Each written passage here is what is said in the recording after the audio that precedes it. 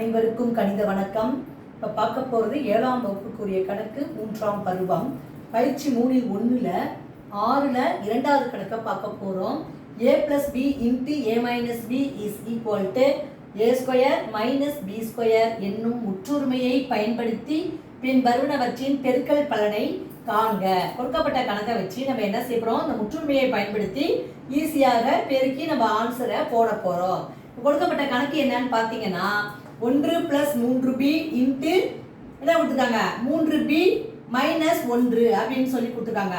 இந்த கணக்கை பொறுத்த வரைக்கும் நம்ம என்ன செய்ய போகிறோம், இங்கே -1 இருக்கு, இங்கே 1 + 3b நான் என்ன செய்ய போகிறேன், இதை மாத்திரம்னா இது மைனஸாக மாறிடும். அதனால நான் என்ன செய்கிறேன், 1 + 3b 3b + 1 அப்படின்னு மாற்றிக்கிறேன். எப்படி மாற்றினாலும் ப்ளஸ் தான், ரெண்டுமே ப்ளஸ் தானால 1 + 3b 3b + 1ஆக மாற்றிக்கிறேன். இங்கே அடுத்து இருக்கிறத இதை அப்படியே எழுதிக்கிறேன், 3b - 1.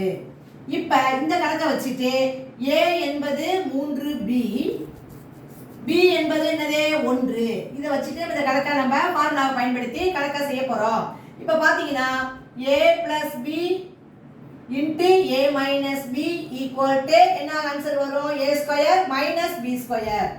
இப்போ இந்த கணக்கை பொறுத்த வரைக்கும் a என்பது என்னது 3, இந்த கணக்கை திருப்பி எழுதிக்கிறேன், 3b + 1 into 3b - 1 equal to a². a என்பது என்னது 3b²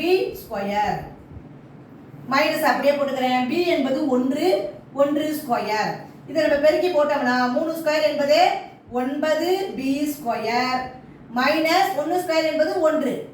அப்போ ஆன்சர் என்ன கிடைச்சிருக்கு இந்த கணக்கை பொறுத்த வரைக்கும், 9b² - 1 என்பது இந்த கணக்குக்குரிய விடையாகும். புரிஞ்சுங்களா?